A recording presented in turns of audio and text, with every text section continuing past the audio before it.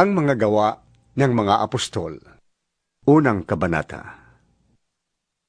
Mahal kong Teofilo, sa aking unang aklat ay isinalaysay ko ang lahat ng ginawa at itinuro ni Jesus buhat sa pasimula hanggang sa araw na siya'y umakyat sa langit. Bago siya umakyat, pinagbilinan niya sa pamamagitan ng Espiritu Santo ang mga apostol na kanyang hinirang. Pagkatapos ng kanyang pagkamatay, maraming ulit siyang nagpakita sa kanila at pinatunayan niyang siya'y talagang buhay. Sa loob ng 40 araw, siya'y nakita nila at nagturo sa kanila ng tungkol sa paghahari ng Diyos. Samantalang siya'y kasama pa nila, pinagbilinan sila ni Jesus. Huwag muna kayong aalis sa Jerusalem. Sa halip, hintayin ninyo roon ang ipinangako ng Ama na sinabi ko na sa inyo. Si Juan ay nagbautismo sa tubig, ngunit di na magtatagal at babautismuhan kayo sa Espiritu Santo. Nang muling magkatipon si Jesus at ang mga alagad, nagtanong sila kay Jesus. Panginoon, itatatag na po ba ninyong muli ngayon ang kaharian ng Israel? Sumagot si Jesus, Ang mga panahon at pagkakataon ay itinakda ng Ama sa kanyang sariling kapangyarihan, at hindi na kailangan pang malaman ninyo kung kailan yon. Ngunit tatanggap kayo ng kapangyarihan pagbaba sa inyo ng Espiritu Santo, at kayo'y magiging mga saksi ko sa Jerusalem, sa buong Judea at Samaria, at hanggang sa dulo ng daigdig. Pagkasabi nito, si Jesus ay niakyat sa langit habang ang mga alagad ay nakatingin sa kanya, at natakpan siya ng ulap. Habang sila'y nakatitig sa langit, walang ano-ano'y 2 lalaking nakaputi ang lumitaw sa tabi nila. Kayong mga taga-Galilea, Sabi nila, bakit kayo nakatayo rito at nakatingin sa langit? Itong si Jesus na umakyat sa langit ay magbabalik gaya ng nakita niyong pag-akyat niya. nagbalik sa Jerusalem ang mga apostol buhat sa bundok ng mga Olibo, na halos 1 kilometro ang layo sa lungsod. Pagdating sa bahay na kanilang tinutuluyan, umakyat sila sa silid sa itaas. Sila ay sina Pedro, Juan, Santiago, Andres, Felipe, Tomas, Bartolome, Mateo, si Santiago ang anak ni Alfeo, si Simong Makabayan, at si Judas na anak ni Santiago. Lagi silang nagsasama-sama sa pananalangin kasama ang mga babae at si Mariang ina ni Jesus. Gayon din ang mga kapatid ni Jesus. Makalipas ang ilang araw, nang nagkakatipon ang may 120 kapatid, tumindig sa harap nila si Pedro at nagsalita.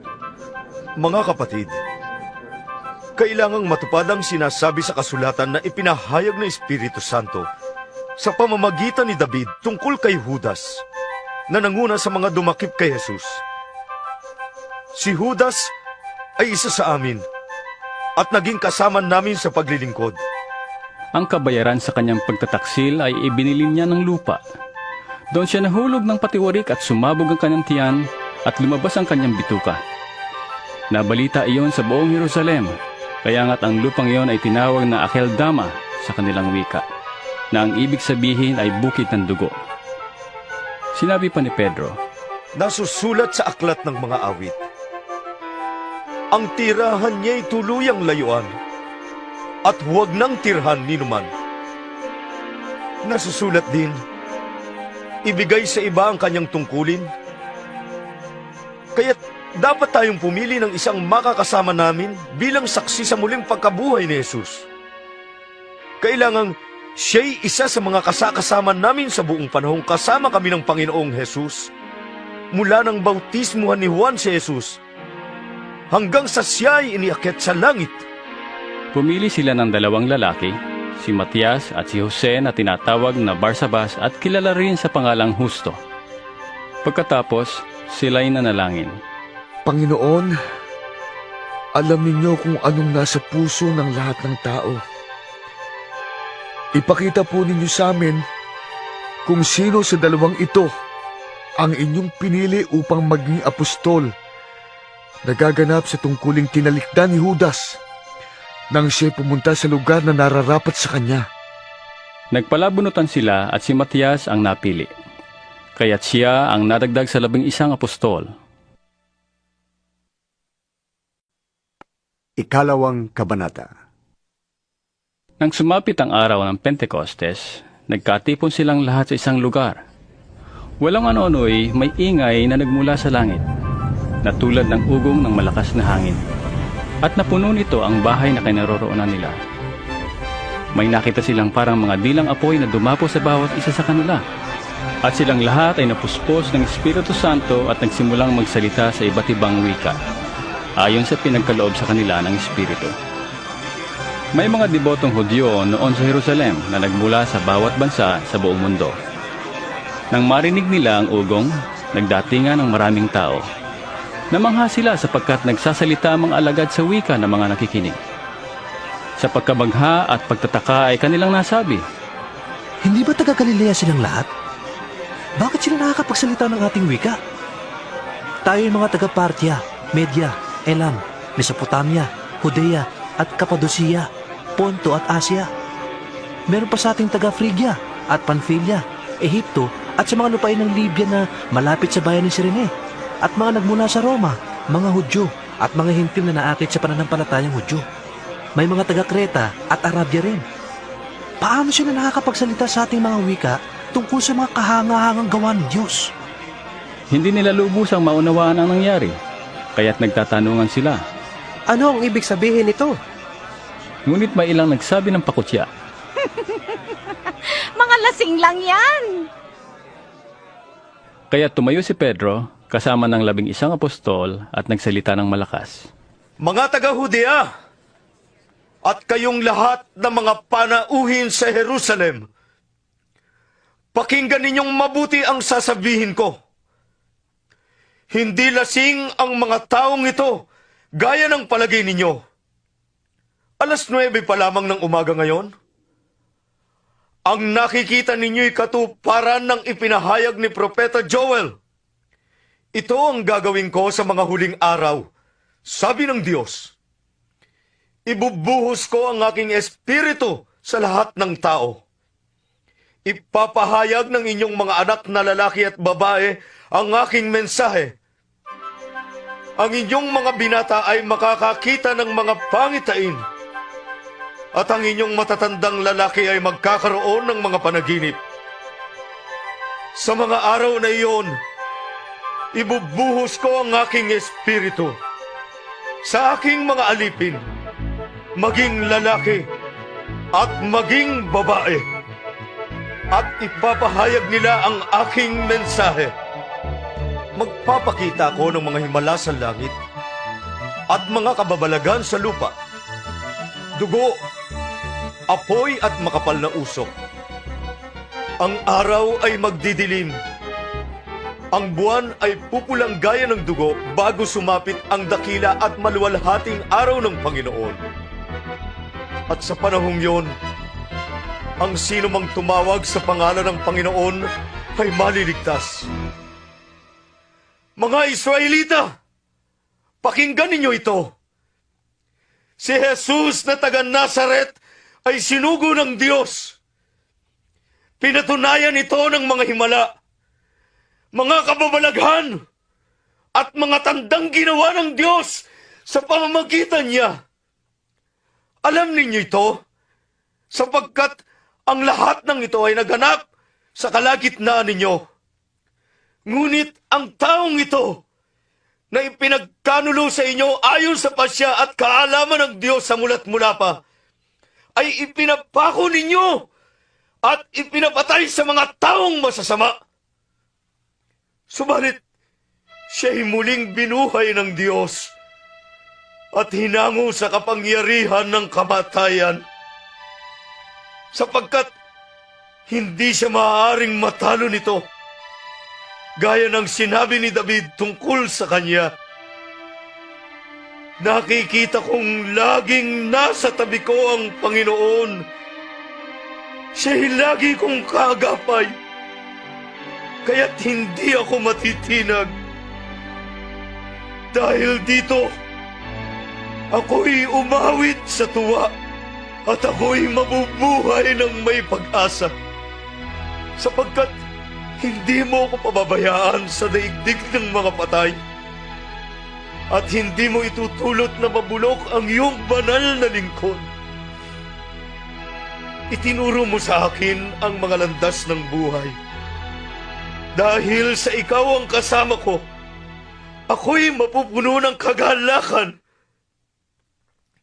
Mga kapatid, sinasabi ko sa inyo na ang ninuno nating si David ay namatay at inilibing. At naririto ang kanyang libingan hanggang ngayon. Siya ay propeta at alam niya ang pangako sa kanya ng Diyos na magiging haring tulad niya ang isang magmumula sa kanyang lahi.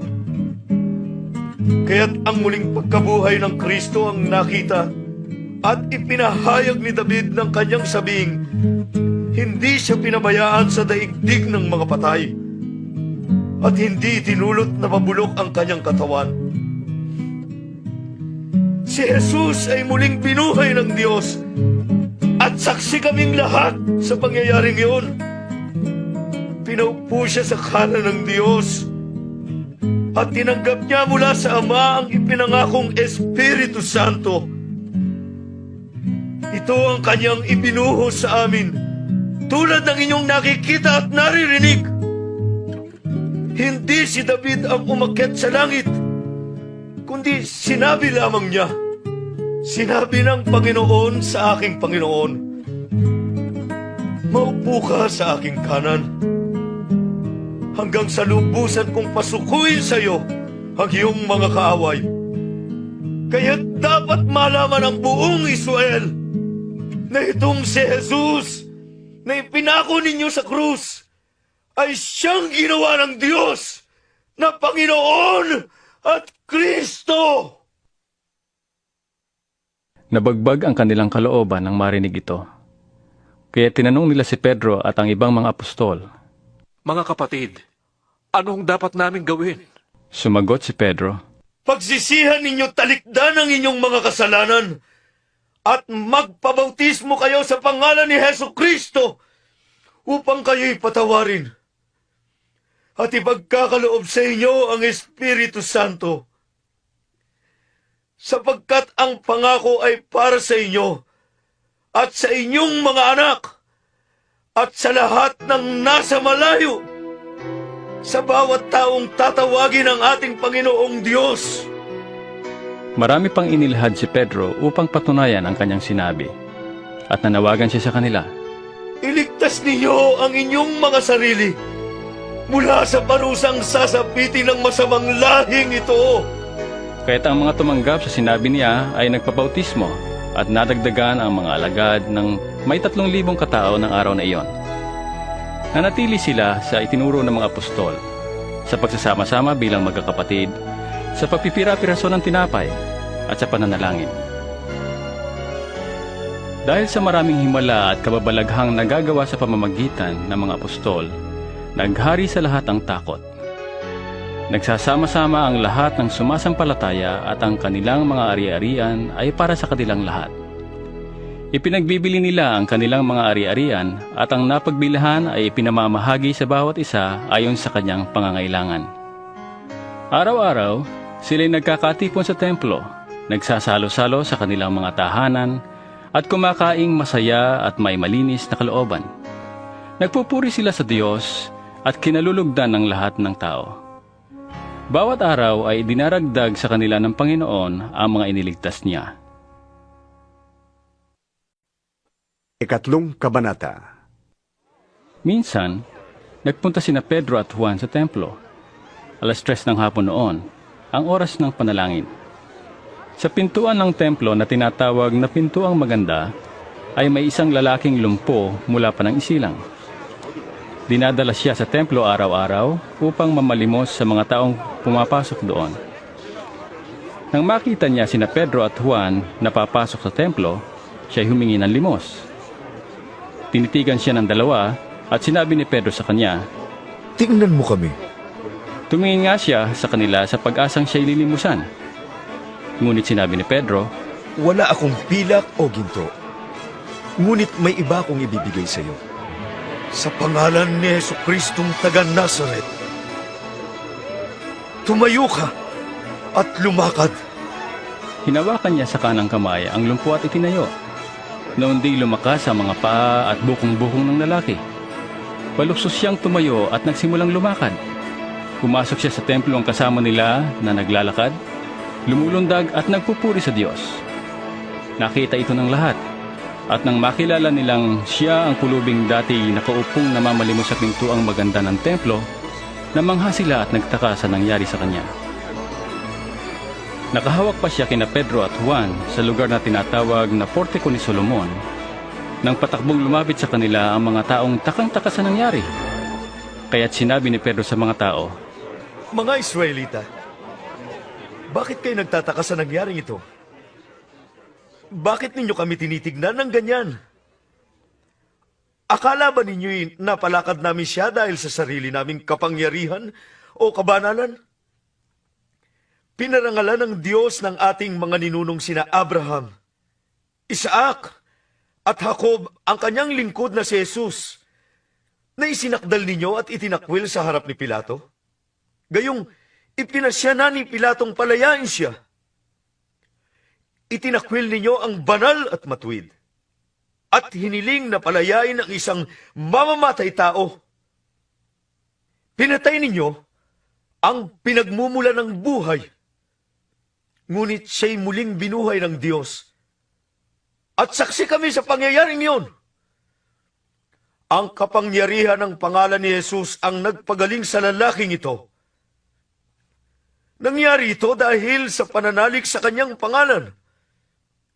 Ang pananalig kay Jesus ang lubusang nagpagaling sa kanya, tulad ng inyong nakikita. Mga kapatid, alam kong hindi ninyo nalalaman ang inyong ginawa. Gayon din ang inyong mga pinuno. Ngunit sa ginawa ninyo'y natupad ang malaon ng ipinahayag ng Diyos sa pamamagitan ng mga propeta na ang Kristo'y kailangang magtiis ng hirap. Kaya nga, magsisi kayo at magbalik loob sa Diyos upang patawarin kayo sa inyong mga kasalanan. At nang sa gayon ay sumapit na ang panahon ng kapahingahan mula sa Panginoon. Susuguin niya si Jesus, ang Kristong hinirang mula pa noong una para sa inyo. Siya'y dapat munang manatili sa langit hanggang sa dumating ang pagbabago ng lahat ng bagay, ayon sa ipinahayag ng Diyos sa pamamagitan ng kanyang mga banal na propeta mula pa noong una. Sapagkat sinabi ni Moises, ang Panginoon ninyong Diyos ay pipili mula sa inyong lahi ng isang propetang katulad ko. Sundin ninyo ang lahat ng sasabihin niya sa inyo. Ang sino mang hindi sumunod sa propetang yon ay ihihiwalay sa bayan ng Diyos at lilipulin. Ang lahat ng propeta mula kay Samuel at lahat ng sumunod sa kanya ay nagpahayag din tungkol sa panahong yon. Ang mga pangako ng Diyos sa pamamagitan ng mga propeta ay para sa inyo. At kasama kayo sa tipan na ginawa ng Diyos at ng inyong mga ninuno ng kanyang sabihin kay Abraham, pagpapalain ko ang lahat ng angkan sa daigdig sa pamamagitan ng iyong lipi.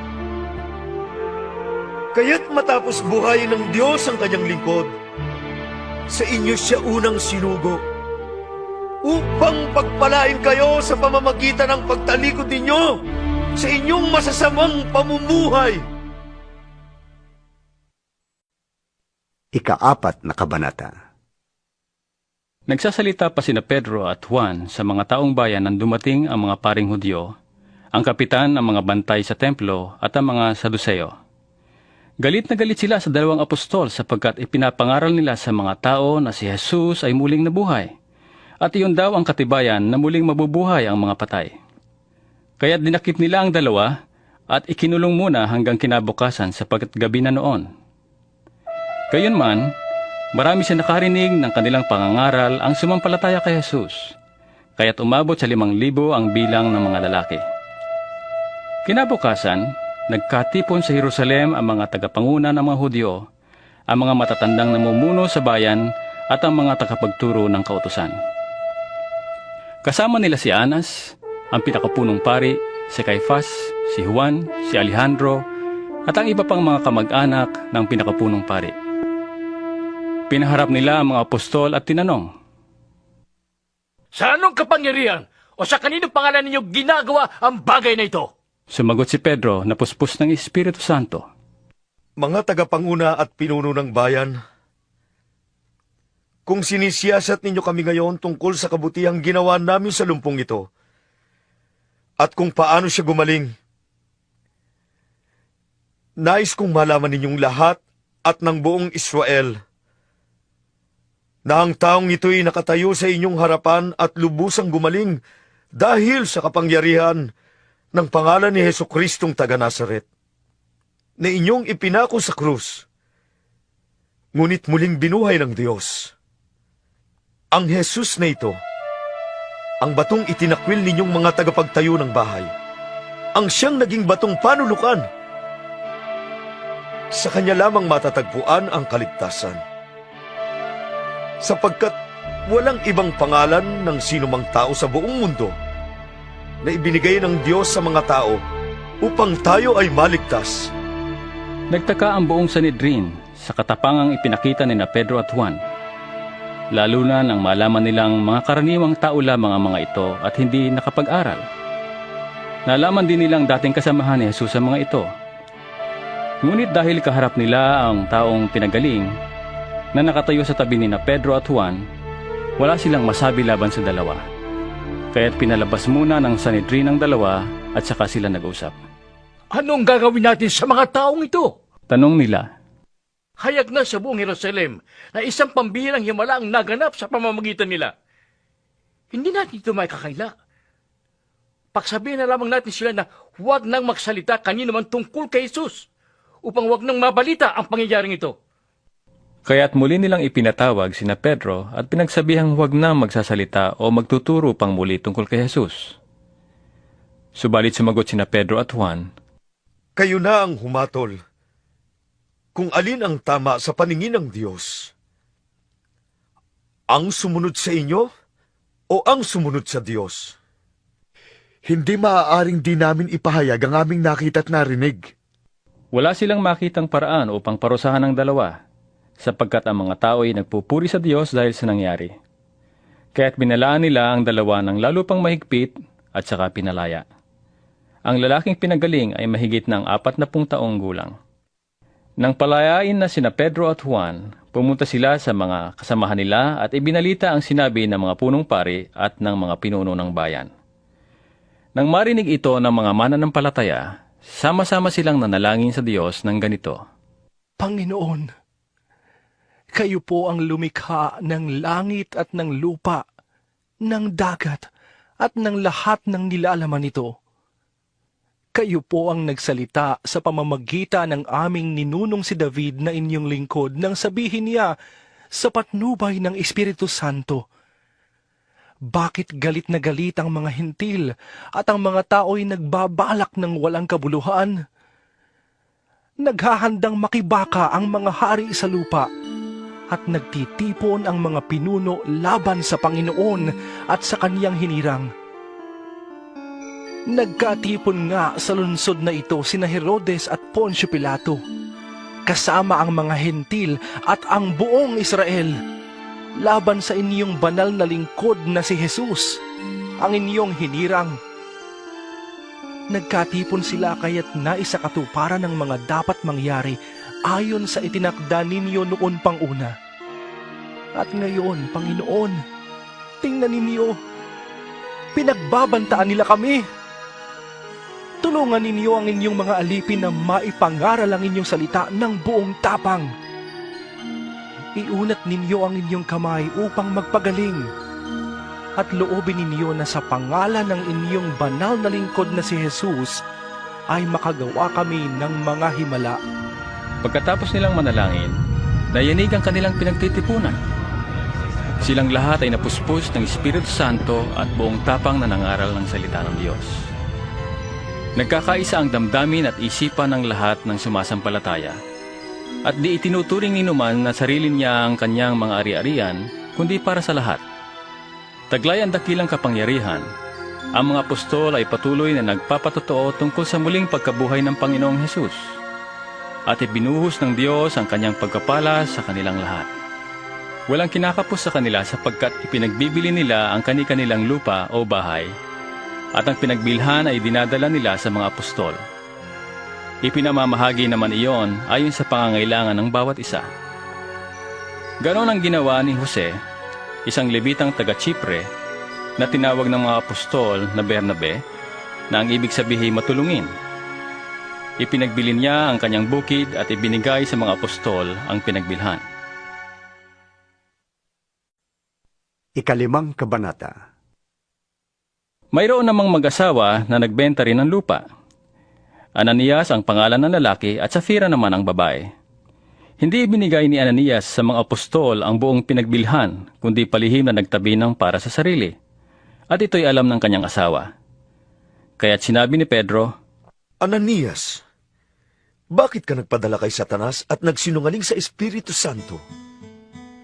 Bakit mo binawasan ang pinagbilan mo ng lupa? Bago mo ipinagbili ang lupa, hindi ba iyo yon? At nang maipagbili na, hindi ba iyo rin ang pinagbilhan? Bakit mo naisipang gawin yon? Hindi ka sa tao nagsinungaling, kundi sa Diyos. Nang marinig ito ni Ananias, siya'y patay na bumagsak. At lahat ng nakabalita sa pangyayaring iyon ay pinagharian ng matinding takot. Lumapit ang ilang binata, binalot ng bangkay, at inilibing. Pagkaraan ng may 3 oras, dumating naman ang kanyang asawa na walang kamalay-malay sa nangyari. Kinausap siya ni Pedro. Sabihin mo sa akin, ito nga ba lamang ang kabuuang halagang pinagbilhan ninyo ng inyong lupa? Oo, yan lamang. Sagot ng babae. Kaya't sinabi sa kanya ni Pedro, Bakit nagkaisa kayong subukin ang Espiritu ng Panginoon? Hayan, kadarating pa lamang ng mga naglibing sa iyong asawa. At ikaw naman ngayon ang isusunod. Noon din nabuwal si Safira sa paanan ni Pedro at namatay. Pagpasok ng mga binata, nakita nilang patay na siya kaya't inilibing siya sa tabi ng kanyang asawa. Sinidla ng matinding takot ang buong iglesia at ang lahat na nakabalita nito. Maraming himalang ginawa ang mga apostol na pawang nasaksihan ng mga tao. Sa portiko ni Solomon nagtitipon ang mga mananampalataya. Ngunit natatakot sumama sa kanila ang mga di mananampalataya kahit na humahanga ang mga ito sa kanila. Samantala, parami ng parami ang mga lalaki at babaeng nananalig sa Panginoon. Dinadala sa mga lansangan ang mga may sakit at inilalagay sa mga papag at banig upang pagdaan ni Pedro ay matamaan man lamang ng kanyang anino ang ilan sa kanila. Dumating din ang maraming tao mula sa mga karatig bayan ng Jerusalem. Dala ang kanilang mga may sakit at mga pinapahirapan ng masasamang espiritu at gumaling silang lahat. Nainggit sa mga apostol ang pinakapunong pari at ang mga kasamahan niyang Saduseo, kaya't kumilos sila. Dinakip nila ang mga apostol at ibinilanggo. Ngunit kinagabihay binuksan ng isang anghel ng Panginoon ang bilangguan at inilabas ang mga apostol. Sinabi nito sa kanila, Pumunta kayo sa templo at ipahayag sa tao ang buong mensahe tungkol sa bagong pamumuhay na ito. Kaya nang mag-uumaga na, pumasok sa templo ang mga apostol at nagturo sa mga tao. Nagtipo naman ang pinakapunong pari at ang kanyang mga kasamahan at tumawag ng pangkalahatang pulong ng buong Sanhedrin. Ipinakuha nila sa bilangguan ng mga apostol. Ngunit ang mga ito ay wala na nang dumating doon ang mga kawal kaya't nagbalik sila sa Sanhedrin at nagulat. Nakita po namin na nakasusing mabuti ang pintuan ng bilangguan at nakatayo roon ang mga bantay. Ngunit nang buksan namin, wala kaming nakitang tao sa loob. Nabahala ang mga punong pari at ang kapitan ng mga bantay sa templo nang marinig ito. Hindi nila maubos maisip kung ano ang nangyari sa mga apostol. Siya namang pagdating ng isang taong ganito ang sabi, Ang mga lalaking ipinakulong niyo'y naroon sa templo at nagtuturo sa mga tao. Kaya't pumunta sa templo ang kapitan kasama ang kanyang mga tauhan. Isinama nila ang mga apostol, ngunit hindi sila gumamit ng dahas sa pangambang baka sila pagbabatuhin ng mga tao. Iniharap nila sa Sanhedrin ang mga apostol at siniyasat sila ng pinakapunong pari.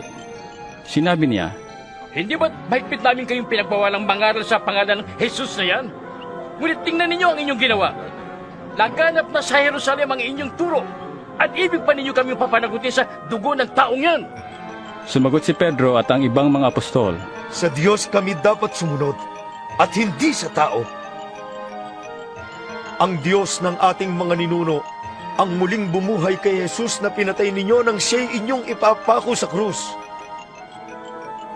Iniakyat siya ng Diyos sa kanyang kanan bilang tagapanguna at tagapagligtas upang bigyan ang mga Israelita ng pagkakataong magsisi at tumalikod sa kasalanan at nang sa gayon ay magkamit ng kapatawaran. Saksi kami sa mga bagay na ito. Kami at ang Espiritu Santo na ipinagkaloob ng Diyos sa mga sumusunod sa Kanya. Nagngit-ngit sa galit ang mga bumubuo ng Sanhedrin nang marinig ito at ibig nilang ipapatay ang mga apostol. Ngunit tumindig ang isa sa kanila na ang pangalan ay Gamaliel, isang pareseyong guro ng kautusan at iginagalang ng buong bayan. Iniutos niyang ilabas muna ang mga apostol at pagkatapos ay nagsalita. Mga kababayan, isipin ninyong mabuti ang gagawin ninyo sa mga taong ito. Hindi pa nagtatagal mula nang lumitaw si Teudas na nagpanggap na isang dakilang pinuno at nakaakit ng may 400 tagasunod. Ngunit nang mapatay siya, nagkahiwa-hiwalay ang kanyang mga tauhan at nauwi sa wala ang kanilang kilusan.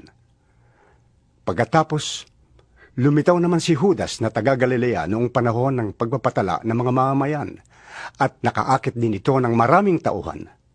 Nang mapatay siya, nagkahiwa-hiwalay din ang mga tagasunod niya. Kaya't ganito ang payo ko. Huwag ninyong pakailaman ang mga taong ito. Hayaan ninyo sila. Kung ang kanilang plano o kilusan ay mula sa tao, ito'y kusang mawawala.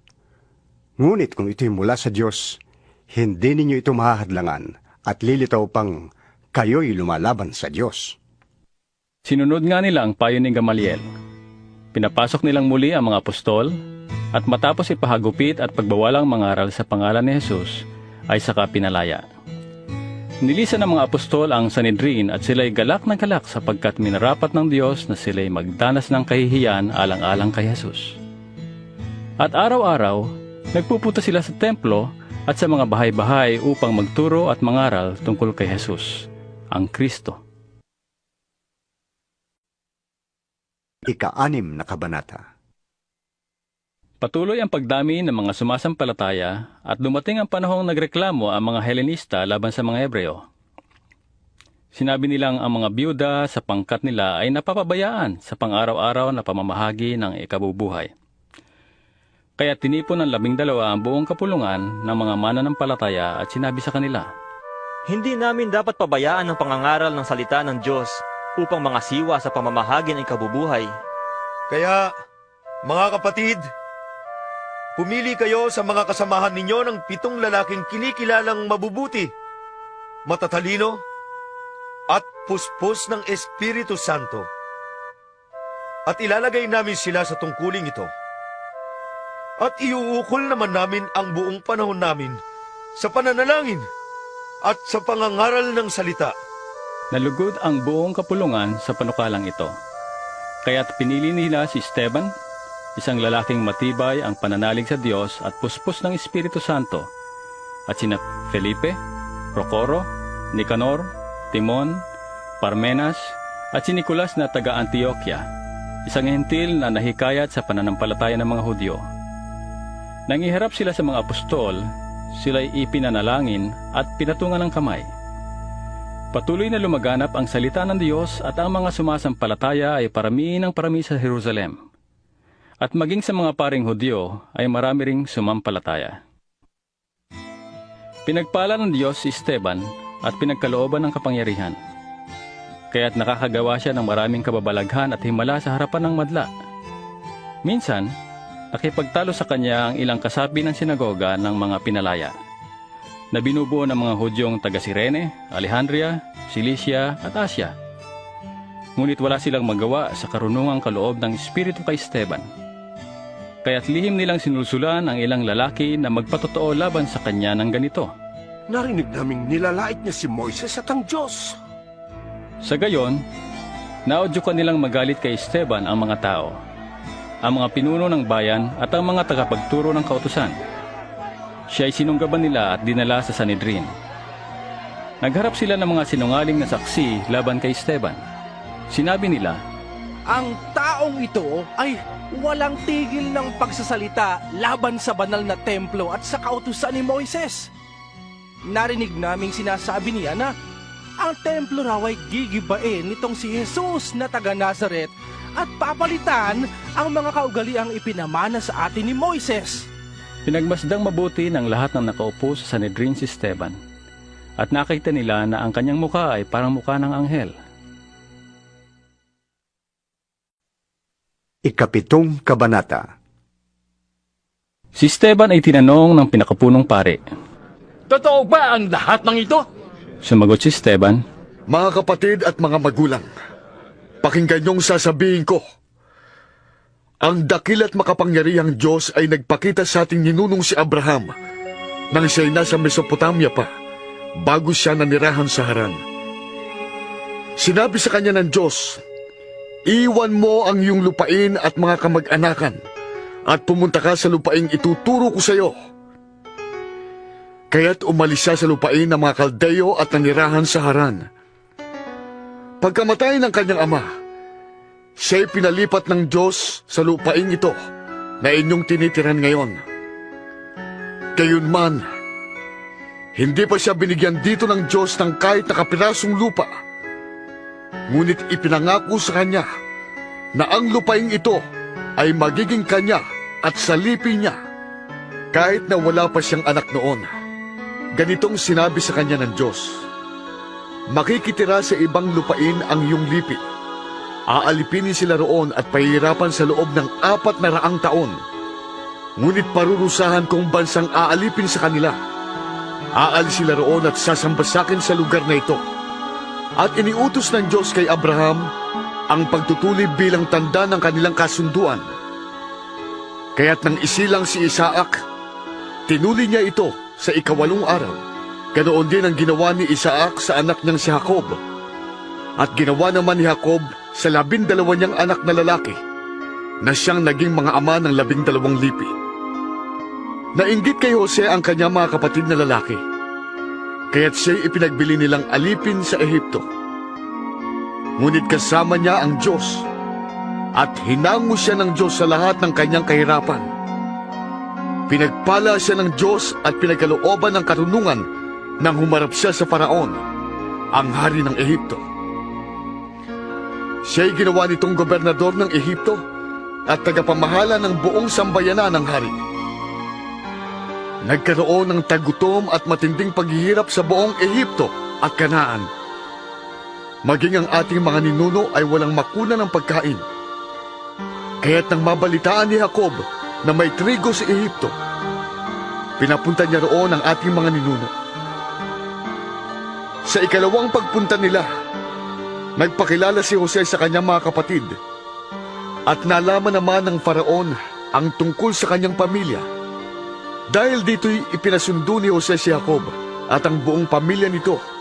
75 katao silang lahat. Pumunta nga si Jacob sa Ehipto at doon siya namatay. Gayon din ang kanyang mga anak. Ang kanilang mga labi ay dinala sa Sikem at inilagay sa lipingang binili ni Abraham sa mga anak ni Hamor. Marami na ang mga Israelita sa Ehipto nang sumapit ang panahon para tuparin ng Diyos ang kanyang pangako kay Abraham. Si Jose naman ay hindi nakilala ng hari ng Ehipto ng panahong yun. Dinaya ng hari ang ating ninuno at pinahirapan at iniutos niya sa ating mga ninuno na itapon ang kanilang mga sanggol upang mamatay. Noon ipinanganak si Moises, isang batang kinalulugdan ng Diyos. 3 buwan siyang inalagaan sa kanilang tahanan. At nang siya'y itapon, inampun siya ng anak na babae ng Faraon at pinalaking parang sariling anak. Tinuruan siya ng lahat ng karunungan ng mga Ehipsyo at siya'y naging dakila sa salita at sa gawa. Nang si Moises ay 40 taon na, nagpasya siyang dalawin ang kanyang mga kababayang Israelita upang tingnan ang kanilang kalagayan.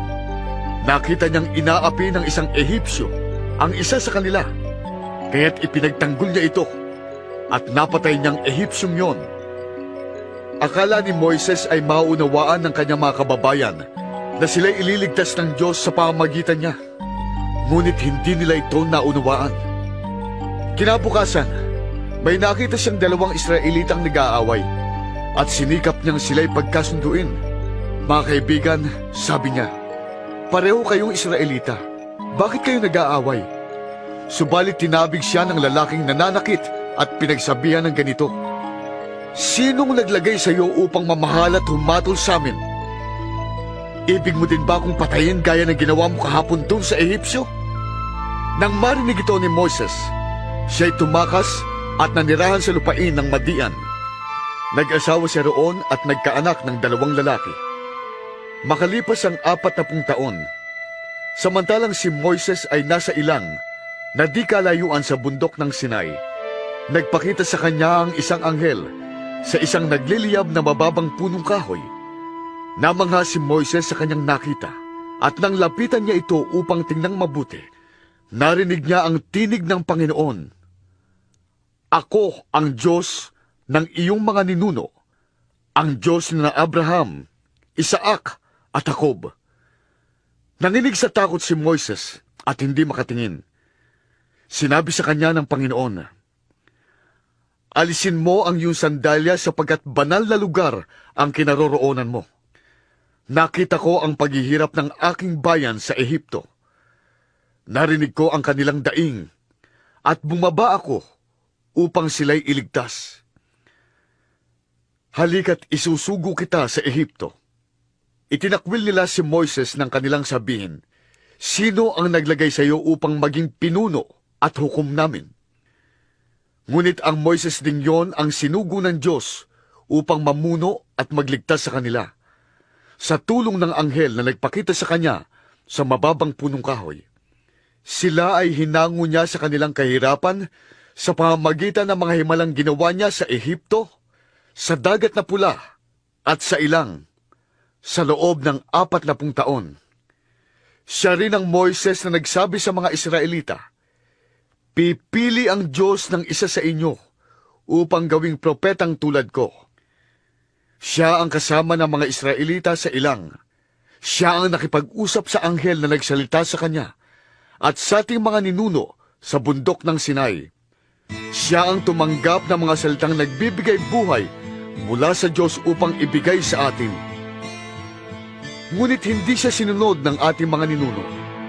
Sa halip, siya'y kanilang itinakwil at mas gusto pa nilang magbalik sa Ehipto. Sinabi pa nila kay Aaron, igawa mo kami ng mga Diyos na mangunguna sa amin, sapagkat hindi namin alam kung napaano na ang Moises na yan na naglabas sa amin sa lupain ng Ehipto. At gumawa nga sila ng isang Diyos-Diyosang kahawig ng baka. Nag-alay sila ng handog at ipinagpista ang Diyos-Diyosang hinugis ng kanilang kamay. Dahil dyan, itinakwil sila ng Diyos at binayaang sumamba sa mga di mabilang na mga bituin sa langit. Ayon sa nakasulat sa aklat ng mga propeta, Bayang Israel, hindi akong tunay na hinandugan ninyo ng mga alay at mga hayop na pinatay sa loob ng 40 taong kayo'y nasa ilang. Sa halip, ang inyong daladala ay tolda ni Moloch at ang ribulto ni Renfan, ang inyong Diyos-Diyusan ng bituin. Mga ribultong ginawa ninyo upang sambahin. Kaya't itatapon ko kayo sa kabila pa ng Babylonia. Kasama ng ating mga ninuno sa ilang, ang toldang tipanan na ipinagawa ng Diyos kay Moises ayon sa huwarang ipinakita sa kanya. Minana ito ng kanilang mga anak at dinaladala habang sinasakop nila ang lupain ng mga bansang ipinalupig sa kanila ng Diyos sa pangunguna ni Josue. Ito'y nanatili roon hanggang sa kapanahunan ni David. Kinalugdan ng Diyos si David at humingi ito ng pahintulot na magtayo ng tahanan para sa Diyos ng Israel. Ngunit si Solomon na ang nagtayo ng tahanan yon. Gayunman, ang kataas-taasang Diyos ay hindi naninirahan sa mga bahay na ginawa ng tao. Sabi nga ng propeta, "Ang langit ang aking trono," sabi ng Panginoon, "at ang lupa ay tuntungan ng aking mga paa. Ano pang bahay ang itatayo ninyo para sa akin? O lugar na pagpapahingahan ko? Hindi ba't ako ang gumawa ng lahat ng ito? Napakatigas ng ulo ninyo. Ayaw ninyong magbago ng inyong kalooban. Ayaw ninyong dinggin ang katotohanan mula sa Diyos. Kung ano ang ginawa ng inyong mga ninuno, yun din ang ginagawa ninyo ngayon. Lumalaban kayong lagi sa Espiritu Santo. Sinong propetang hindi inusig ng inyong mga ninuno? Pinatay nila ang mga nagpapahayag tungkol sa pagparito ng matuwid na inyo namang pinagtaksilan at ipinapatay. Tinanggap ninyo ang kautosang ibinigay ng Diyos sa pamamagitan ng mga anghel. Ngunit hindi naman ninyo ito sinusunod. Nagalit kay Esteban ang buong Sanhedrin nang marinig iyon at nagngit sila laban sa kanya. Ngunit si Esteban, napuspos ng Espiritu Santo, ay tumingala sa langit at nakita niya ang kalwalhatian ng Diyos at si Jesus na nakatayo sa kanan nito. Kaya't sinabi niya, Nakikita kong bukas ang kalangitan at ang anak ng tao na nakatayo sa kanan ng Diyos. Tinakpan nila ang kanilang tainga at nagsigawan. Pagkatapos, sabay-sabay nilang sinugod si Esteban at kinalagkad palabas ng lungsod upang batuhin. Inilagay ng mga saksi ang kanilang mga balabal sa paanan ng isang binatang nagngangalang Saulo. At pinagbabato nila si Esteban na nananalangin naman ng ganito, Panginoong Jesus, tanggapin mo po ang aking espiritu. Lumuhod si Esteban at sumigaw ng malakas, Panginoon! Huwag mo po silang papanagutin sa kasalanang ito! At pagkasabi nito, siya'y namatay. Ikawalong kabanata. Kasang-ayon si Saulo sa pagkapatay kay Esteban. Nang araw na iyon, nagsimula ang mahigpit na pag-uusig laban sa iglesia sa Jerusalem. At maliban sa mga apostol, ang lahat ng sumasampalataya ay napunta sa iba't ibang lugar sa lupain ng Judea at Samaria. Si Esteban na may inilibing ng mga taong may takot sa Diyos at tinangisan ng gayon na lamang. Samantala, sinikap ni Saulong wasakin ang iglesia. Pinapasok niya ang mga bahay-bahay at ang mga mananampalataya ay kanyang kinakaladkat at ibinibilanggo, maging lalaki man o babae. Ang mga mananampalataya ay nakarating sa iba't ibang lugar at saan man sila mapunta ay pinapangaral nila ang salita. Nagpunta si Felipe sa isang lungsod ng Samaria at ipinahayag doon ang Kristo. Nang mapakinggan ng mga tao si Felipe at makita ang mga himalang ginagawa niya, inisip nilang mabuti ang kanyang sinasabi. Ang masasamang espiritu ay umaalis sa mga taong sinasaniban nito at sumisigaw habang lumalabas. Maraming mga lumpo at pilayang napagaling kaya't nagkaroon ng malaking kagalakan sa lungsod na iyon. Dooy may isang lalaking ang pangalan ay Simon. Noong una, pinapahanga niya ang mga Samaritano sa pamamagitan sa lamangka. Ipinagmamalaki niya na siya ay may taglay na kapangyarihan. At pinapakinggan naman siya ng lahat mula sa pinakamababa hanggang sa pinakadakila.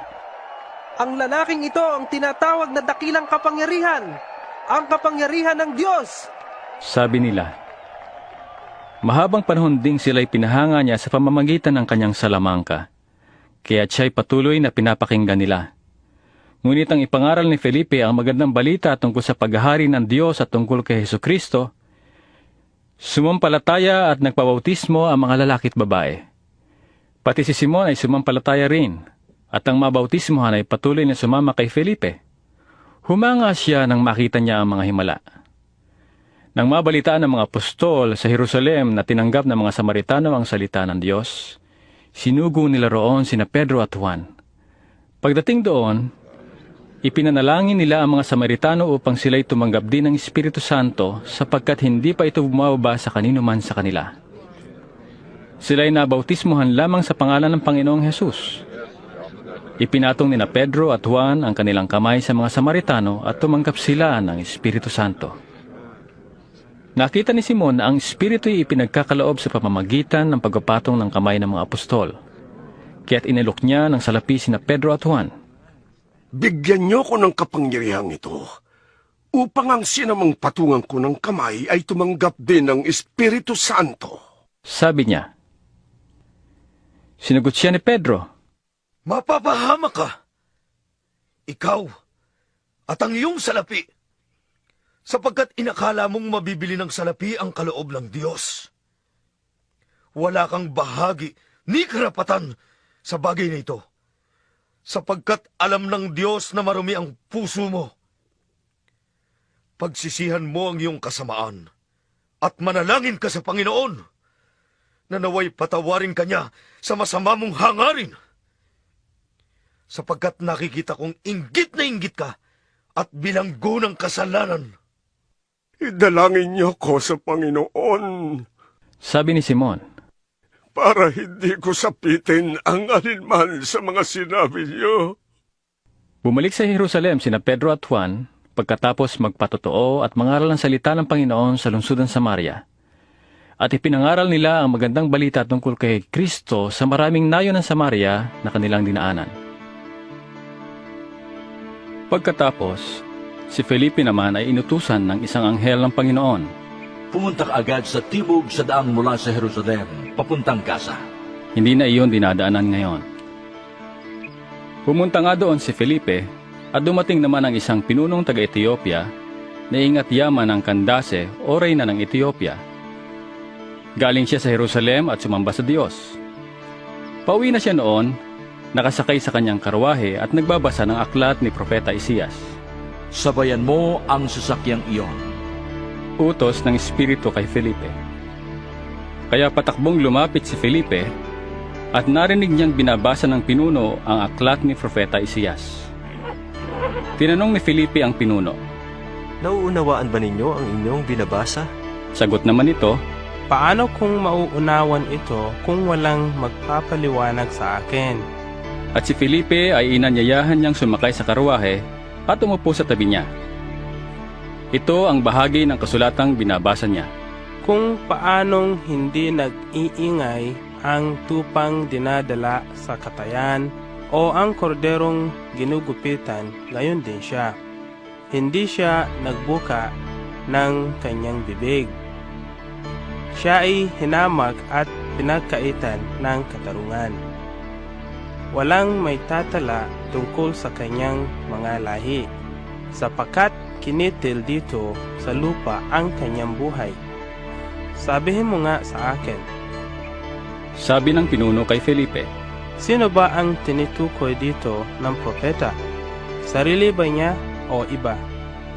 Simula sa kasulatang ito, ay isinalaysay sa kanya ni Felipe ang magandang balita tungkol kay Jesus. Nagpatuloy sila sa paglalakbay at dumating sa isang lugar na may tubig. May tubig dito? Sabi ng pinuno. Ako ba ay hindi pa maaaring bautismahan? Pinatigil ng pinuno ang karwahe, lumusong silang dalawa sa tubig at binautismuhan siya ni Felipe. Pagkaahon nila sa tubig, si Felipe ay kinuha ng Espiritu ng Panginoon at hindi na siya nakita ng pinuno. Ang pinuno ay tuwang-tuwang nagpatuloy sa paglalakbay. Namalaya na lamang ni Felipe na siya'y nasa Azoto. Mula roon, ipinangaral niya ang magandang balita tungkol kay Jesus sa lahat ng bayang dinaraanan niya hanggang sa marating niya ang Cesarea. Ikasyam na kabanata. Samantala, patuloy ang pagsisikap ni Saulo na maipapatay ang mga alagad ng Panginoon. Kaya't lumapit siya sa pinakapunong pari ng mga Hudyo at humingi ng mga sulat para sa mga sinagoga sa Damasco upang madakip niya ang sino mang matagpuan niya roong kaanib sa daan ng Panginoon, maging lalaki o babae at madala sa Jerusalem. Naglakbay si Saulo papuntang Damasco At nang siya'y malapit na sa lungsod, biglang kumislap sa paligid niya ang isang nakakasilaw na liwanag mula sa langit. Natumba siya sa lupa at narinig niya ang isang tinig na nagsasabi, Saulo! Saulo! Bakit mo ako inuusig? Sino kayo, Panginoon? Tanong niya. Ako'y si Jesus, ang iyong inuusig. Tugon sa kanya, Tumindig ka't pumasok sa lungsod, at do'y sasabihin sa iyo kung ano ang dapat mong gawin. Natigilan ang mga kasama ni Saulo nang marinig nila ang tinig, ngunit wala naman silang makitang nagsasalita. Tumindig si Saulo at nang dumilat, hindi na siya makakita, kaya siya inakay ng mga kasama niya hanggang sa Damasco. Hindi siya nakakita sa loob ng 3 araw at hindi siya kumain ni uminom. Sa Damasco naman ay may isang alagad na ang pangalay Ananias. Tinawag siya ng Panginoon sa pamamagitan ng isang pangitain. Ananias! Ano yon, Panginoon? Tugon niya, Pumunta ka sa kalyeng tinatawag na Tuwid, sa bahay ni Judas, at ipagtanong mo ang isang lalaking taga-Tarso na ang pangalay Saulo. Sabi ng Panginoon, Siya'y nananalangin ngayon. Sa isang pangitain, nakita kanyang pumasok sa kinaroroonan niya at pinatungan mo siya ng kamay upang makakitang muli. Sumagot si Ananias, Panginoon, marami na nagbalita sa akin tungkol sa taong ito at tungkol sa mga kasamaang ginawa niya sa inyong mga hinirang sa Jerusalem. At naparito siya sa Damasco, taglay ang kapangyarihan galing sa mga punong pari ng mga Hudyo upang dakpin ang lahat ng tumatawag sa iyong pangalan. Ngunit sinabi sa kanya ng Panginoon, Pumunta ka roon, sapagkat pinili ko siya upang ipangaral ang aking pangalan sa mga hintil, sa mga hari, at sa mga anak ng Israel. Ipapaalam ko sa kanya ang lahat ng dapat niyang tiisin, alang-alang sa akin. Pumunta nga si Ananias sa naturang bahay at ipinatong ang kanyang kamay kay Saulo. Sabi niya, Kapatid na Saulo, pinapunta ako rito ng Panginoong Jesus na nagpakita sa iyo sa daan nang ikaw ay papunta rito. Sinugo niya ako upang muli kang makakita at upang mapuspos ka ng Espiritu Santo. Noon di may nalaglag na tila mga kaliskis mula sa mga mata ni Saulo at nakakita na siyang muli. Tumindig siya at nagpabautismo.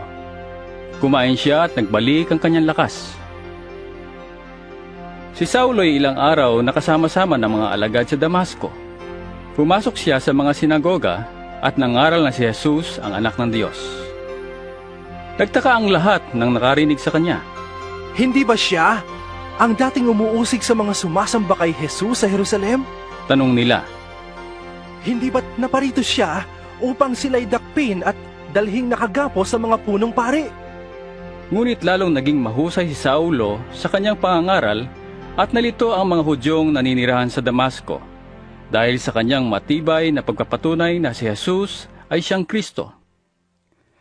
Pagkaraan ng maraming araw, nagkaisa ang mga Hudyo na patayin si Saulo. Araw at gabi ay inaabangan nila si Saulo sa mga pintuang bayan para patayin. Ngunit nalaman niya ito. Kaya't isang gabi, inilagay siya ng kanyang mga alagad sa isang tiklis at inihugos sa kabila ng pader. Pagdating ni Saulo sa Jerusalem, sinikap niyang sumama sa mga alagad doon. Ngunit sila'y takot sa kanya dahil hindi sila makapaniwalang isa na siyang alagad. Subalit, isinama siya ni Bernabe sa mga apostol at isinalaysay nito sa kanila kung paano nagpakita at nakipag-usap ang Panginoon kay Saulo nang siya ay nasa daan papunta sa Damasco. Sinabi rin nitong si Saulo ay buong tapang na nangaral sa Damasco sa ngalan ni Jesus. Kaya mula noon, si Saulo ay kasama nila sa buong Jerusalem at buong tapang na nangangaral doon sa ngalan ng Panginoon. Nakipag-usap din siya at nakipagtalo sa mga Helenista, kaya't tinangka nilang patayin siya. Nalaman ito ng mga kapatid kaya't inihatid nila si Saulo sa Cesarea at pinauwi sa Tarso. Kaya't naging matiwasay ang iglesia sa buong Judea, Galilea at Samaria. Ito'y tumatag at lumaganap sa tulong ng Espiritu Santo at namuhay na may pagkatakot sa Panginoon. Naglalakbay si Pedro sa mga bayan-bayan upang dalawin ang mga kapatid sa pananampalataya. Sa pagdalaw niya sa mga kapatid sa Lida, natagpuan niya roon ang isang lalaking nagngangalang Eneas. Ito'y paralitiko at 8 taon nang nakaratay. Sinabi ni Pedro sa kanya, Eneas, pinagagaling ka ni Hesukristo. Tumayo ka't iligpit mo ang iyong higaan. At agad siyang tumayo. Nakita siya ng lahat na naninirahan sa Lida at Saron at nanampalataya sila sa Panginoon. Sa Joppe naman ay may isang alagad na babae na ang pangalay Tabita. Sa Griego, ang kanyang pangalan ay Dorcas, na ang ibig sabihin, usa. Ginugugol niya ang kanyang panahon sa paggawa ng mabuti at pagkakawang gawa. Nang mga araw na iyon, nagkasakit siya at namatay. Nang malinisan na ang kanyang bangkay, siya ibinurol sa silid sa itaas. Di kalayuan sa Joppe ang Lida. Kaya't nang mabalitaan ng mga alagad na nasa Lida si Pedro, isinugo nila ang 2 lalaki upang siya'y pakiusapang pumunta agad sa Joppe. Sumama naman sa kanila si Pedro, at pagdating doon, dinala siya sa silid sa itaas. Agad lumapit sa kanya ang lahat ng mga byuda, umiiyak sila at ipinapakita ang mga balabal at mga damit na ginawa ni Dorcas para sa kanila noong ito'y nabubuhay pa. Pinalabas ni Pedro ang lahat at siya'y lumuhod at nanalangin. Pagkatapos, humarap siya sa bangkay at sinabi, Tabita, bumangon ka. Dumilat si Tabita at naupo nang makita si Pedro.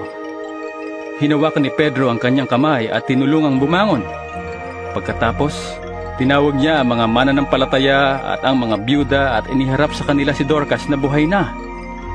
Ang pangyayaring ito'y nabalita sa buong Joppe kaya't marami ang sumampalatay sa Panginoon. Matagal-tagal ding nanatili si Pedro sa Joppe, sa bahay ni Simong mangungulti ng balat ng hayop. 10 kabanata. Sa Cesarea ay may isang lalaking nagngangalang Cornelio. Isa siyang kapitan sa batalyong Italyano ng hukbong Romano. Siya at ang buo niyang pamilya ay kumikilala at sumasamba sa Diyos. Siya ay matulungin sa mga Hudyo at laging nananalangin sa Diyos. Minsan, nang bandang 3:00 ng hapon, nagkaroon siya ng isang pangitain. Kitang-kita niyang pumasok ang isang anghel ng Diyos at siya'y tinawag. Cornelio! Tumingin siya at takot na nagtanong. Ano po yun? Sumagot ang anghel, Kinanulugdan ng Diyos ang iyong mga dalangin at ang pagtulong mo sa mahihirap.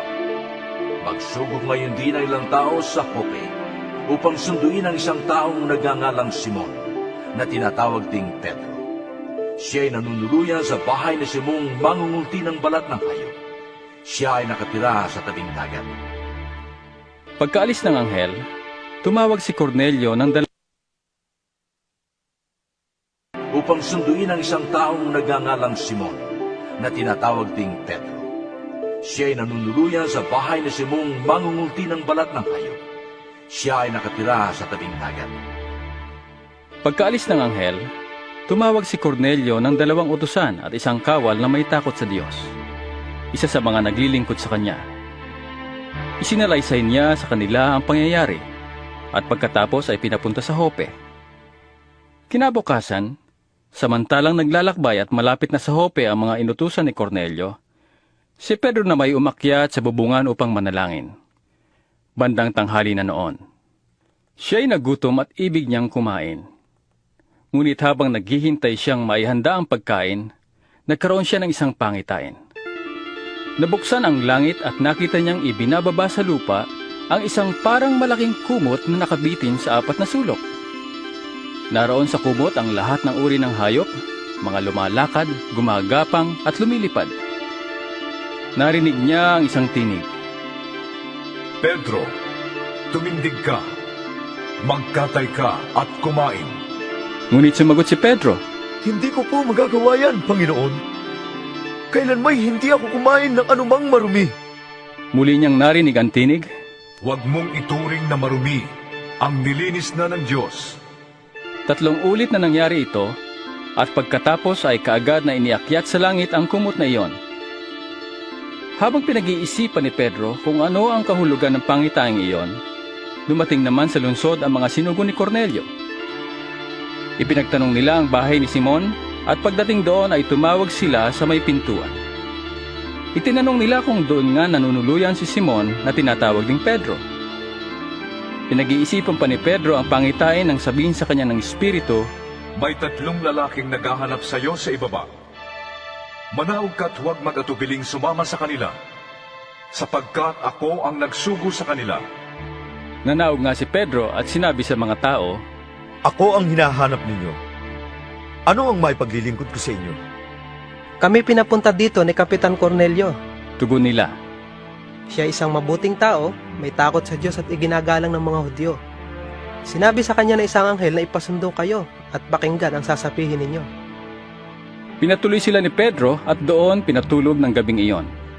Kinabukasan, siya'y sumama sa kanila, gayon din ang ilang kapatid na taga-Jope. Nang sumunod na araw, dumating sila sa Cesarea. Doon naghihintay na sa kanila si Cornelio, pati ang mga kamag-anak at kaibigan na kanyang inanyayahan. Sinalubong ni Cornelio si Pedro. Nagpatira pa sa harap niya at sinamba siya. Ngunit sinabi ni Pedro, Tumayo kayo. Ako'y tao ring tulad ninyo.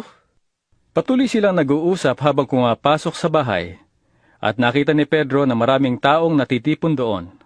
Sinabi niya, Alam naman ninyo na bawal sa isang Hudyo ang makisama o dumalaw sa isang hindi Hudyo. Subalit, ipinakita sa akin ng Diyos na wala akong dapat ituring na marumi at di karapat-dapat pakitunguhan. Kaya't nang ipasundo ninyo ko, hindi ako nag-atubiling sumama. Ibig kong malaman kung bakit ninyo ko ipinasundo.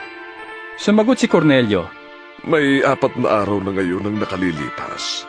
Bandang 3:00 din ng hapon, habang ako'y nananalangin dito sa aking bahay. Biglang tumayo sa harap ko ang isang lalaking nakakasilaw ang kasuotan. Sinabi niya, Cornelio, dininig ng Diyos ang iyong mga panalangin at kinalulugdan niya ang pagtulong mo sa mahihirap. Ipasundo mo sa Jope si Simon na tinatawag na Pedro. Nanunuluyan siya sa bahay ni Simong mangungulti ng balat ng hayop. Siya ay nakatira sa tabing dagat. Kaya't kaagad akong nagsugo sa inyo ng ilang tao. At salamat naman at kayo'y pumarito. Ngayon ay natitipon kami sa harap ng Diyos upang makinig sa anumang ipinasasabi ng Panginoon. At nagsalita si Pedro, Ngayon ko lubusang naunawaan na talagang walang itinatangi ang Diyos. Nalulugod siya sa sinumang may takot sa Kanya at gumagawa ng matuwid, kahit taga saan mang bansa. Ibinigay ng Diyos ang Kanyang salita sa mga Israelita. Ipinahayag niya sa kanila ang balita ng kapayapaan sa pamamagitan ni Hesukristo, na siyang Panginoon ng lahat. Alam ninyo ang pangyayaring naganap sa buong lupain ng mga Hudyo na nagsimula sa Galilea, pagkatapos na si Juan ay mangaral at magbautismo. Si Jesus na taga Nazaret ay napuspos ng Espiritu Santo at binigyan ng Diyos ng kapangyarihan. Saan man siya pumaroon, ay gumagawa siya ng kabutihan at nagpapagaling sa lahat ng pinapahirapan ng diablo, sapagkat nasa Kanya ang Diyos. Saksi kami sa lahat ng ginawa niya sa lupain ng mga Hudyo at sa Jerusalem. Sa kabila ng lahat, siya'y pinatay nila at ipinako sa krus. Ngunit siya'y muling binuhay ng Diyos sa 3 araw at nagpakita sa mga tao. Hindi sa lahat ng tao, kundi sa amin, na noon pang unay pinili na ng Diyos upang maging mga saksi. Kumain kami at uminom na kasama niya. Pagkatapos na siya'y muling mabuhay, inatasan niya kaming mangaral sa mga tao at magpatotoo na siya ang itinilaga ng Diyos na maging hukom ng mga buhay at mga patay. Siya ang tinutukoy ng mga propeta ng kanilang ipahayag na ang bawat sumampalataya sa Kanya ay tatanggap ng kapatawaran sa kanilang mga kasalanan sa pamamagitan ng Kanyang pangalan. Nagsasalita pa si Pedro nang bumaba ang Espiritu Santo sa lahat ng nakikinig. Namangha ang mga mananampalatayang Hudyo na kasama ni Pedro sapagkat ang Espiritu Santo ay pinagkaloob din sa mga hentil. Narinig nila ang mga ito na nagsasalita ng kakaibang wika at nagpupuri sa Diyos. Kaya't sinabi ni Pedro, Tulad natin, sila'y pinagkalooban din ng Espiritu Santo. Sino ang makakapagbawal na bautismuhan sila sa tubig? at iniutos niyang bautismuhan sila sa pangalan ni Hesukristo. Pagkatapos, hiniling nila kay Pedro na manatili pa roon ng ilang araw. 11 kabanata. Nabalitaan ng mga apostol at ng mga kapatid sa buong Judea na may mga hentil na tumanggap na rin sa salita ng Diyos. Kaya't nang si Pedro'y pumunta sa Jerusalem, tinuligsa siya ng mga kapatid na masugid sa pagsunod sa kautusan. Bakit ka pumasok sa bahay ng mga hentil at nakisalo pa sa kanila? Tanong nila. Kaya't isinalaysay sa kanila ni Pedro ang buong pangyayari. Ako'y nasa lungsod ng Jope at nananalangin nang magkaroon ako ng isang pangitain. Mula sa langit ay ibinaba sa kinaroroonan ko ang isang tila malaking kumot na nakabitin sa 4 na sulok. Pinagmasdan ko itong mabuti at nakita ko roon ang iba't ibang uri ng hayop. Lumalakad at gumagapang sa lupa, mababangis at mga lumilipad. Pagkatapos ay narinig ko ang isang tinig na nag-utos. Pedro, tumayo ka, magkatay ka at kumain. Subalit, sumagot ako, hindi ko magagawa yan, Panginoon. Hindi ako kumakain ng anumang pagkain marumi. Muli kong narinig ang tinig mula sa langit. Huwag mong ituring na marumi ang nilinis na ng Diyos. 3 ulit na nangyari yon, at pagkatapos ay hinila na pataas sa langit ang lahat ng yon. Nang sandali ring yon, dumating sa bahay na tinutuluyan ko ang 3 lalaking sinugo sa akin buhat sa Cesarea. Sinabi sa akin ng Espiritu na huwag akong mag-atubiling sumama sa kanila. Sumama rin sa akin ang 6 na kapatid na ito, at pumasok kami sa bahay ni Cornelio. Isinalaysay niya sa amin na nakakita siya ng isang anghel na nakatayo sa loob ng kanyang bahay. At sinabi raw sa kanya, magpadala ka ng mga sugo sa Jope at ipasundo mo si Simon na tinatawag ding Pedro. Sasabihin niya sa iyo ang mga kinakailangan upang ikaw at ang iyong sambahayan ay maligtas. Nagsisimula pa lamang akong magsalita ay bumaba na sa kanila ang Espiritu Santo, gaya ng ginawa nito sa atin noong una. At naalala ko ang sinabi ng Panginoon, si Juan ay nagbabautismo sa tubig, ngunit babautismohan kayo ng Espiritu Santo. Kung binigyan sila ng Diyos ng kaloob, na tulad ng ibinigay niya sa atin noong tayo'y manalig sa Panginoong Hesukristo, sino akong hahadlang sa Diyos? Nang marinig nila ito, tumigil na sila ng pagtuligsa at sa halip ay nagpuri sa Diyos. Sabi nila, kung gayon, ang mga hentil man ay binigyan din ng Diyos ng pagkakataong magsisit magbagong buhay upang maligtas. Ang mga mananampalataya ay nagkahiwa-hiwalay dahil sa pag-uusig na nagsimula noong patayin si Esteban. May nakarating sa Phoenicia, sa Chipre at sa Antioquia. Saan naman sila makarating, ipinapangaral nila ang salita, ngunit sa mga Hudyo lamang. Subalit may kasama silang ilang taga-Chipre at taga-Sirene na pagdating sa Antioquia ay nangaral din sa mga Griego tungkol sa Panginoong Hesus. Nasa kanila ang kapangyarihan ng Panginoon at maraming naniwala at nanalig sa Panginoong Hesus. Nang mabalitaan ito ng iglesia sa Jerusalem, ay sinugo nila sa Antioquia si Bernabe. Nang dumating siya roon at makita ang pagpapala ng Diyos sa kanila, siya'y nagalak at pinagpayuhan silang lahat na manatiling tapat sa Panginoon ng buong puso. Mabuting tao si Bernabe, puspos ng Espiritu Santo at matibay ang pananampalataya. Kaya marami siyang nahikayat na sumunod sa Panginoon. Nagpunta si Bernabe sa Tarso upang hanapin si Saulo, at nang kanyang matagpuan ay isinama niya sa Antioquia. 1 taon silang nanatili roon nakasakasama ng iglesia at nagtuturo sa maraming tao. Doon sa Antioquia unang tinawag na Kristiyano ang mga tagasunod ni Jesus. Nang panahong iyon, dumating sa Antioquia ang ilang propeta mula sa Jerusalem. Tumindig ang isa sa kanila na ang pangalay Agabo, at sa kapangyarihan ng Espiritu ay nagpahayag na magkakaroon ng matinding taggutom sa buong daigdig. Nangyari nga ayon noong kapanahunan ni Emperador Claudio. Napagpasyahan ng mga mananampalataya na magpadala ng tulong sa mga kapatid na naninirahan sa Judea, ayon sa kaya ng bawat isa. Ganoon nga ang ginawa nila. Ipinadala nila ang kanilang tulong sa mga namumuno sa iglesia sa pamamagitan ni Bernabe at Saulo. 12 kabanata. Na mga panahon ding iyon, sinimulang usigin ni Haring Herodes ang ilang kaanib ng iglesia. Ipinapatay niya si Santiagong kapatid ni Juan sa pamamagitan ng tabak. At nang makita niyang ito'y ikinalugod ng mga Hudyo, si Pedro naman ang kanyang ipinadakip. Nangyari ito nung pista ng tinapay na walang pampaalsa. Pagkadakip kay Pedro, siya ikinulong at pinabantayan sa 4 na pangkat ng 3 na kawal. Ang balak ni Herodes ay ihirap siya sa bayan pagkatapos ng Paskwa. Kaya't nanatiling nakabilanggo si Pedro.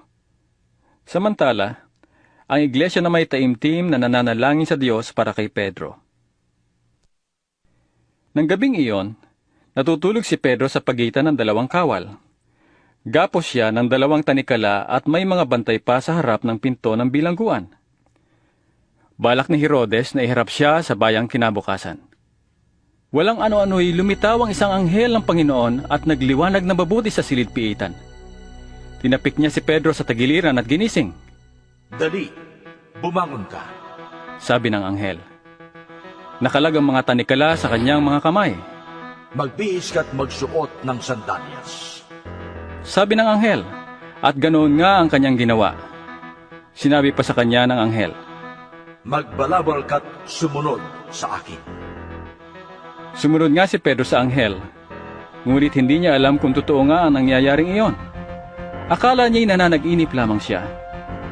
Nakalampas sila sa una at pangalawang bantay at nakarating sa pintuang bakal na labasan papunta sa lungsod. Ito'y kusang nabuksan at sila'y lumabas. Pagkaraan nila sa isang kalye, biglang nawala ang anghel. Noon natauhan si Pedro, kaya't sinabi niya, Ngayon ko natiyak na totoo pala ang lahat. Sinugo ng Panginoon ang kanyang anghel at iniligtas ako sa kamay ni Herodes at sa ibig ng mga Hudyong mangyari sa akin. Nang mapag-isip-isip niya ito, nagtungo siya sa bahay ni Mariang ina ni Juan na tinatawag ding Marcos. Maraming nagkakatipon doon at nananalangin. Nang si Pedro'y kumatok sa pinto, lumapit ang isang utosang dalaga na ang pangalay Roda upang tingnan kung sino iyon. Nakilala niya agad ang tinig ni Pedro at sa laki ng tuwa ay hindi na nagawang buksan ang pinto. Sa halip, tumakbo siyang papasok at sinabi sa lahat na si Pedro ay nasa pintuan. Nahihibang ka ba? Sabi nila. Ngunit iginiit niyang naroroon nga si Pedro. Kaya't sinabi nila, Baka naman anghel niya yun. Samantala, patuloy na kumakatok si Pedro. Nang buksan nila ang pinto, nakita nga nila si Pedro at hindi sila makapaniwala. Sila ay sinenyasan niyang tumahimik. Pagkatapos, isinalaysay niya kung paano siya inilabas ng Panginoon sa bilangguan. Sabihin ninyo ito kay Santiago at sa mga kapatid. Sabi pa niya. Pagkatapos, umalis siya at nagpunta sa ibang lugar. Kinaumagahan, gulong-gulo ang mga kawal dahil sa pagkawala ni Pedro. At hindi nila alam kung ano ang nangyari sa kanya.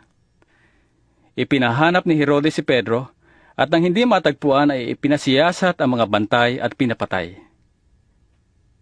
Pagkatapos, umalis si Herodes sa Judea, pumunta sa Cesarea at nanatili roon.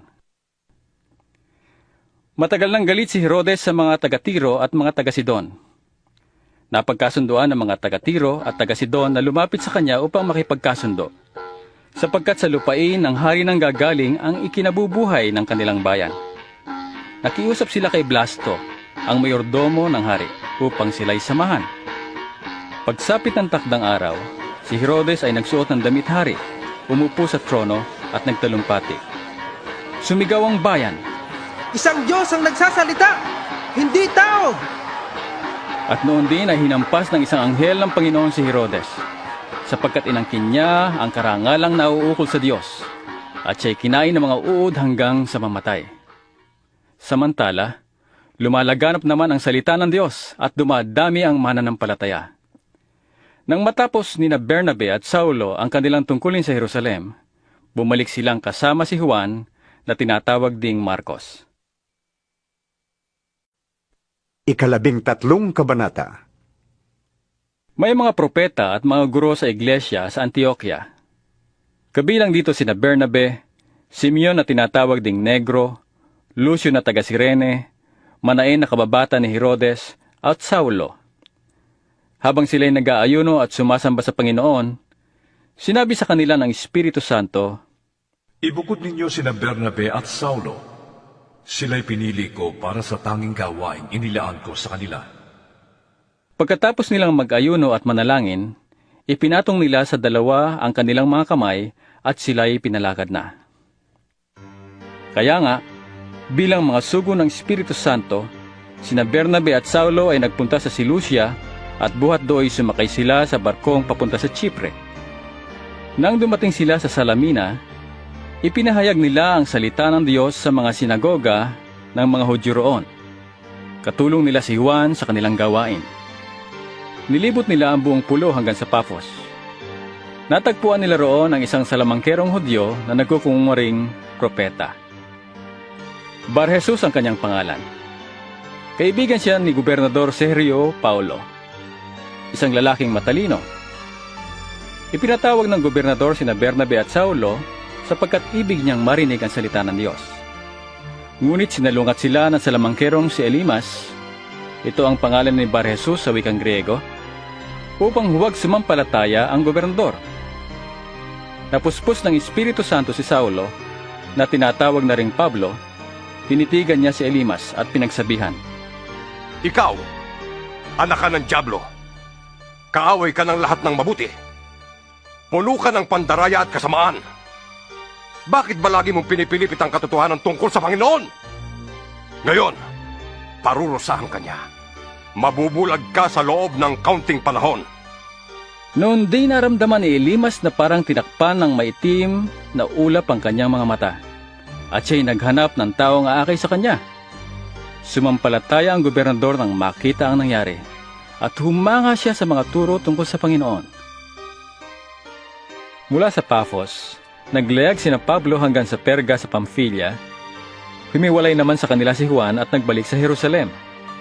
Mula sa Perga, nagpatuloy sila hanggang Antioquia sa Pisidia. Nang araw ng pamamahinga, pumasok sila sa sinagoga at naupo. Matapos basahin ang ilang bahagi ng mga aklat ng kautusan at ng mga propeta, nagpasabi sa kanila ang mga tagapamahala ng sinagoga. Mga kapatid, kung mayroong kayong ituturo sa mga tao, maaari kayong magsalita. Kaya't tumayo si Pablo at pinatahimik silang lahat.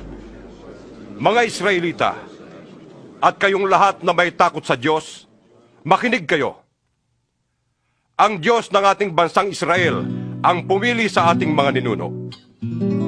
Sila'y ginawa niyang isang malaking bansa habang naninirahan pa sila sa lupain ng Ehipto, at sila'y inilabas niya doon sa pamamagitan ng kanyang dakilang kapangyarihan. Sa loob ng 40 taon, sila ay pinagtiisan niya sa ilang. Nilipol niya ang 7 bansa sa lupain ng Kanaan at ibinigay sa mga Israelita ang lupain ng mga iyon sa loob ng halos 450 taon. Pagkatapos, sila'y binigyan niya ng mga hukom hanggang sa panahon ng propetang si Samuel. Nang humingi sila ng hari, ibinigay sa kanila ng Diyos ang isang lalaking mula sa lipi ni Benjamin, si Saul na anak ni Cis. Naghari si Saul sa loob ng 40 taon. At nang siya'y alisin ng Diyos, si David naman ang pinili ng Diyos upang maghari sa kanila. Sinabi ng Diyos tungkol sa kanya, si David na anak ni Jesse, ang lalaking kinalulugdan ko. Siya isang lalaking handang sumunod sa lahat ng iniuutos ko.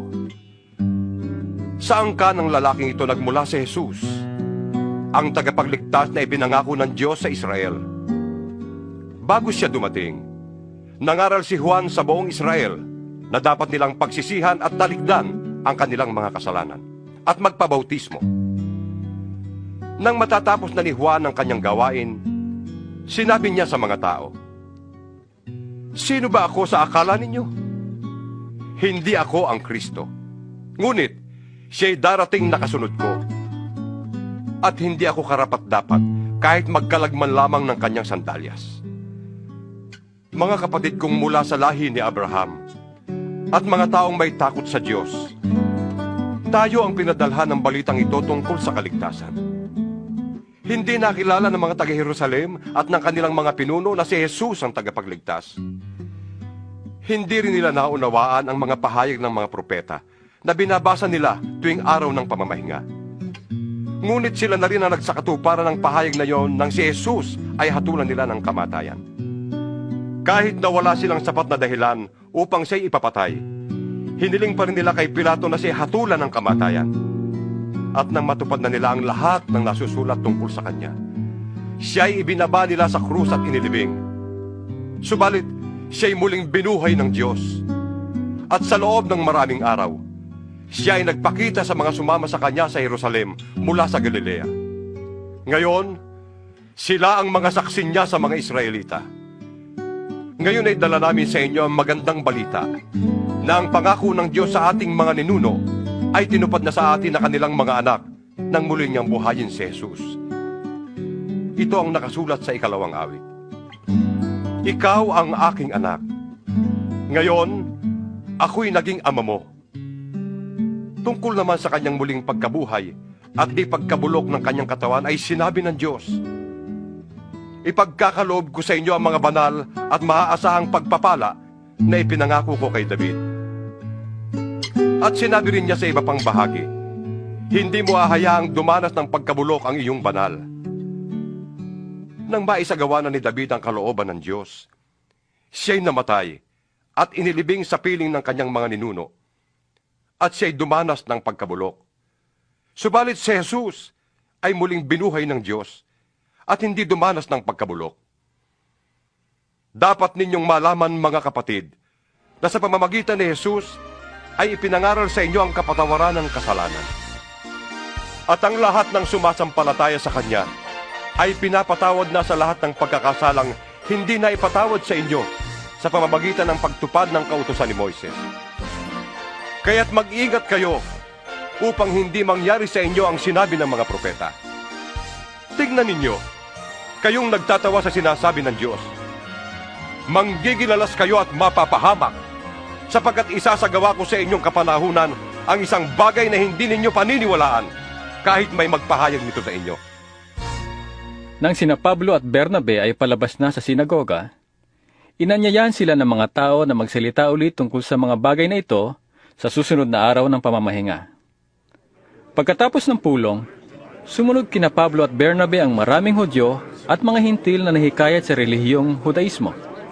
Nagsalita sa kanila ang mga apostol at pinangaralan silang magpatuloy sa pamumuhay ng nararapat sa kagandahang loob ng Diyos. Nang sumunod na araw ng pamamahinga, halos lahat ng tao sa lungsod ay nagkatipon upang makinig sa salita ng Panginoon. Inggit na inggit ang mga Hudyo nang makita nila ang napakaraming tao, kaya't nilait nila at sinalungat si Pablo. Ngunit buong tapang na sinabi ni na Pablo at Bernabe, "Sa inyo muna sana dapat ipahayag ang salita ng Diyos.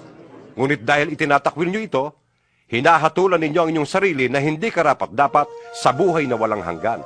Kaya sa mga Hintil na kami mangangaral. Ganito ang iniutos sa amin ng Panginoon. Inilagay kitang ilaw sa mga Hintil upang maibalita mo ang kaligtasan hanggang sa dulo ng daigdig." Nang marinig ng mga Hintil ang mga salitang iyon, sila'y naggalak at nagpuri sa Panginoon dahil sa salita niya, at sumampalataya ang lahat ng hinirang para sa buhay na walang hanggan. Kaya't lumaganap sa buong lupain ang salita ng Panginoon. Ngunit sinusulan ng mga Hudyo ang mga pinuno ng lungsod at ang mga babaeng may takot sa Diyos, at kilala sa lipunan. Ipinausig nila sina Pablo at Bernabe at pinalaya sa lupaing iyon. Kaya't ipinagpag ng dalawa ang alikabok sa kanilang mga paa bilang saksi laban sa mga taga roon at sila'y nagpunta sa Iconio. Ang mga alagad naman sa Antioquia ay napuspos ng galak at ng Espiritu Santo.